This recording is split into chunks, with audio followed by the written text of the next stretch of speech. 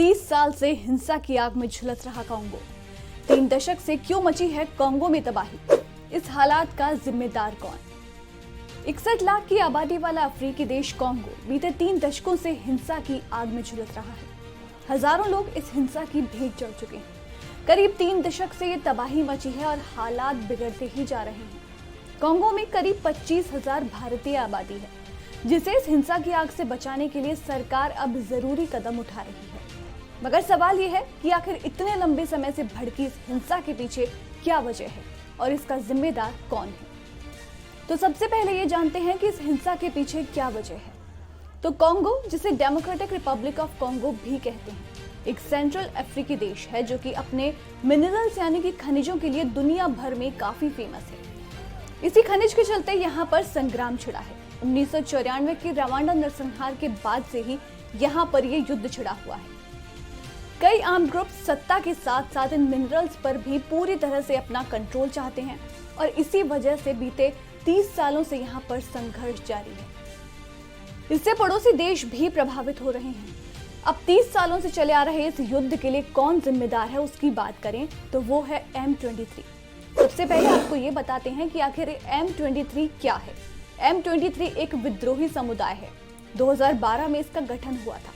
यहाँ के तुत्सी समुदाय के लोग इसका नेतृत्व कर रहे हैं। इन विद्रोहियों का कहना है कि अपने समुदाय के अधिकारों को बचाने के लिए वो इन लोगों ने हथियार उठाए हैं। इसके गठन के बाद उन्होंने तेजी से गोमा पर कब्जा कर लिया था। गोमा 1 मिलियन से ज्यादा आबादी वाला कांगो का एक प्रमुख शहर है, जो कि रवांडा बॉर्डर और किवू लेक के किनारे बसा हुआ है। ये सोने, टिन और कोल्टन जैसे मेटल्स और मिनरल्स के लिए बिजनेस और ट्रांसपोर्टेशन का सेंटर है। M23 के कब्जे के बाद जब इंटरनेशनल लेवल पर इसकी आलोचना हुई तो उसको पीछे हटना पड़ा। फिर नवंबर 2013 में 11 अफ्रीकी देशों के शांति समझौते पर साइन करने के बाद M23 ने सरेंडर किया। फिर एक समझौते के बाद M23 के लड़ाके सेना में शामिल होने के लिए राजी हो गए, मगर इसके बदले में उन्होंने अपने तुत्सी समुदाय के लिए संरक्षण के वादे की मांग की। मगर फिर साल 2021 में ये कहते हुए कि वादा टूट गया, इन लड़ाकों ने फिर से हथियार उठाए। M23 ने कांगो की कैपिटल किनशासा पर हमले की धमकी दी है, मगर ये मुमकिन नहीं लगता क्योंकि ये गोमा से 2600 किलोमीटर की दूरी पर है। अब बात करें रवांडा की कि क्या वो भी इसमें शामिल है।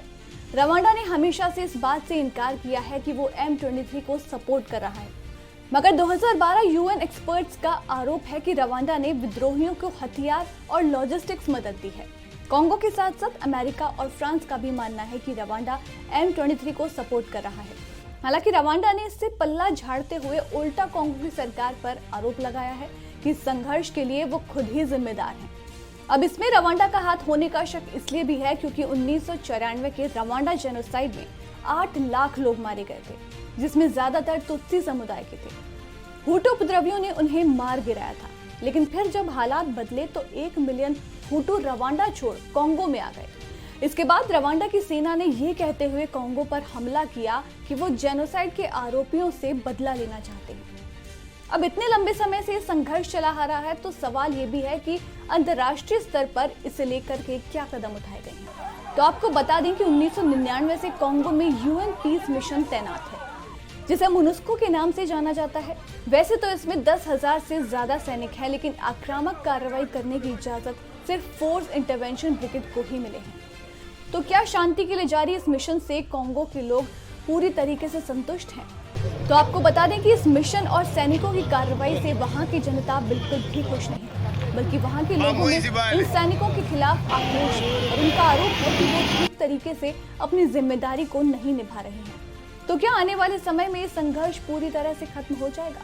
क्या 3 दशक के बाद कांगो में शांति बहाल हो पाएगी? क्या वहां की जनता शांत और सुरक्षित वातावरण में सांस ले पाएगी? ये देखने वाली बात होगी।